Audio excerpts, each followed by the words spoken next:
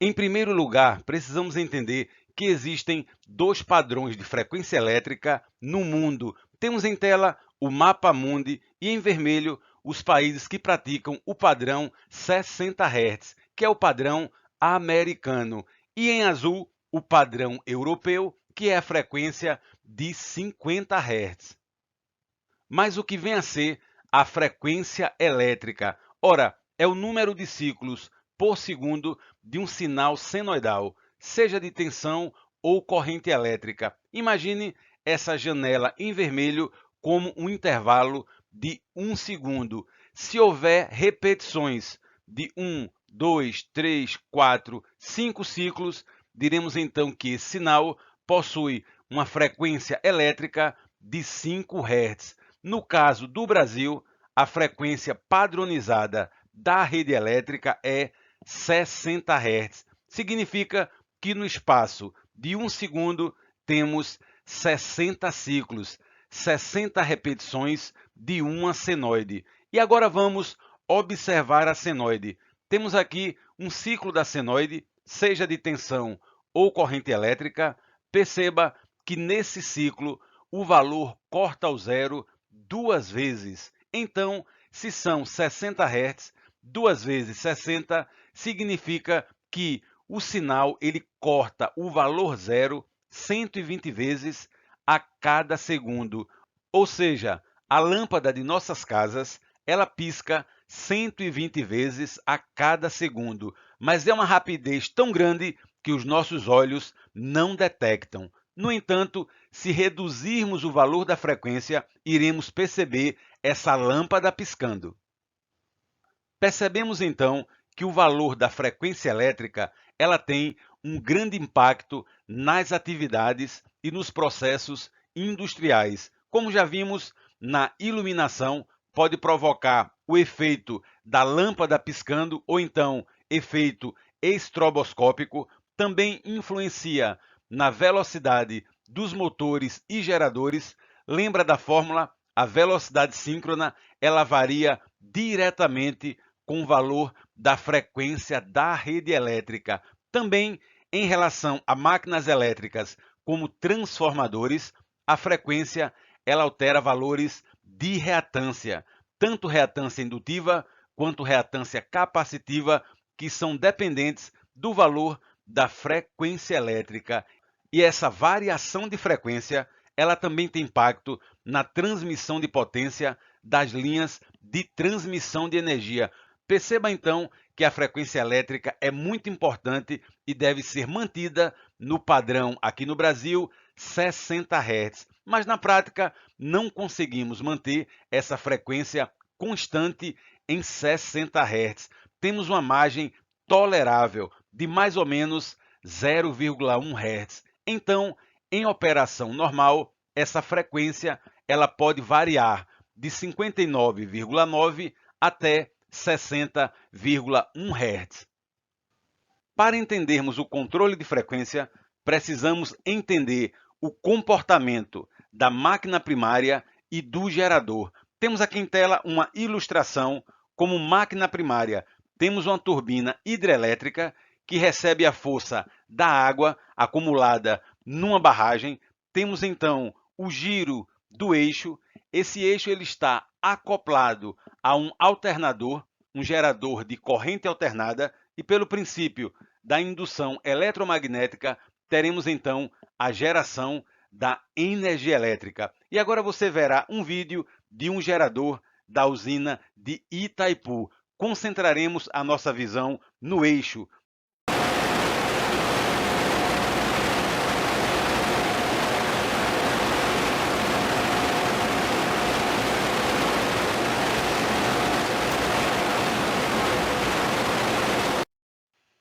Observe agora o balanço eletromecânico de energia entre turbina e gerador. Perceba o seguinte, a nossa turbina hidrelétrica, ela recebe a energia das águas, a força das águas, e teremos então um torque mecânico no eixo. Se fosse uma usina termoelétrica, seria a força do vapor em alta pressão. E o gerador alimentando uma carga, essa corrente elétrica provocará um campo magnético e teremos um torque elétrico resistente. Observe que o torque motor e o torque elétrico, eles têm sentido de rotação diferentes. Quando o torque mecânico é igual ao torque elétrico, temos então um equilíbrio e temos uma velocidade constante. O eixo ele não acelera e a frequência ela se estabelece em 60 Hz. Mas aí você liga uma lâmpada, um chuveiro elétrico ou então um grande parque industrial, o que é que acontece? Aumenta a corrente elétrica fornecida pelo gerador. E de onde ele tira de imediato essa energia? Tira do próprio conjunto eixo-turbina, a energia cinética. Com isso, o torque elétrico torna-se maior que o torque motor. E aí o conjunto freia. Temos então uma redução da velocidade e uma subfrequência. A frequência reduz abaixo dos 60 Hz. Na situação contrária, você desliga algum equipamento elétrico, uma bomba d'água, tem um desligamento de um grande processo industrial. Nesse caso, teremos a redução da corrente elétrica e, com isso, o torque elétrico ele se torna menor do que o torque mecânico e, com isso, a máquina ela acelera. Nessa situação, teremos uma sobrefrequência e a frequência da rede elétrica ficará maior que 60 Hz. Esse é o balanço eletromecânico entre turbina e gerador. Podemos então concluir o seguinte, que para a frequência manter os 60 Hz, temos que ter um equilíbrio entre carga e geração. Se houver um desequilíbrio, carga maior que geração, teremos subfrequência. Em situação contrária, se a geração for maior do que a carga, teremos então uma sobrefrequência. E aí vem a pergunta mais importante: o que devemos controlar? A carga ou a geração? Com certeza, a geração, porque não temos como controlar a carga. A hora que alguém vai ligar o ferro de passar, o chuveiro, um comércio, uma indústria, não temos esse controle. Mas podemos então controlar a geração das usinas, sejam hidrelétricas, termoelétricas, nucleares.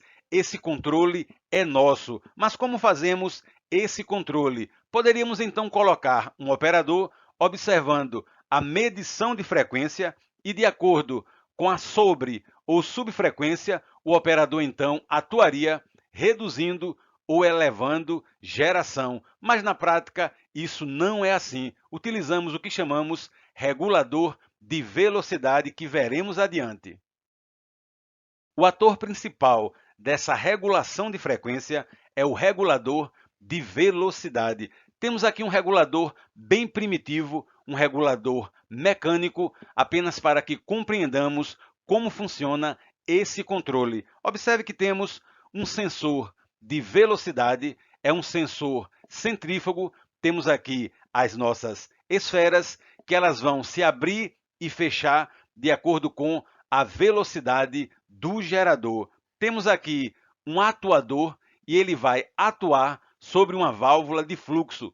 E essa válvula ela vai controlar fluxo. Pode ser uma vazão de água para uma hidrelétrica ou uma vazão de vapor em alta pressão para uma termoelétrica. Temos então o que chamamos de regulação primária da frequência. Observe então a animação do funcionamento do regulador de velocidade. Observe que, de acordo com a velocidade, temos então uma abertura da nossa válvula ou então o fechamento. Tudo depende da velocidade do gerador.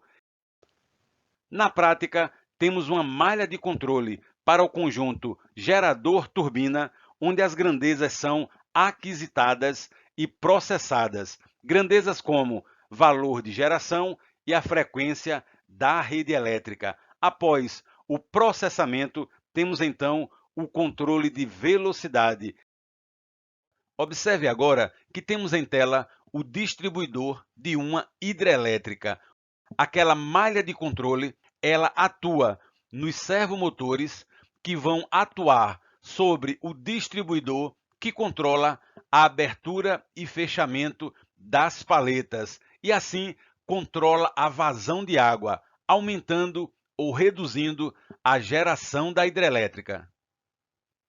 Vamos agora à dinâmica do controle da frequência.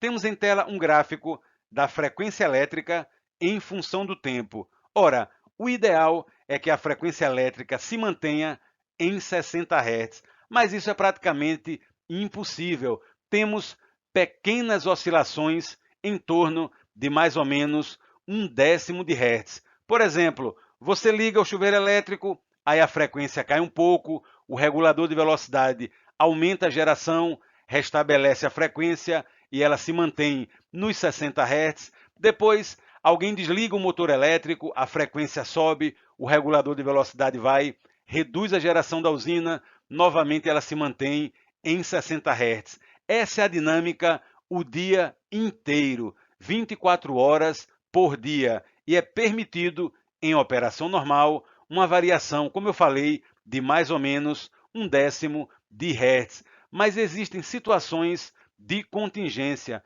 Imagine então que você perca um grande bloco de geração. Pode ser um único gerador de uma hidrelétrica ou uma usina inteira. E acontece então um afundamento da frequência e ela atinge 59,5 Hz.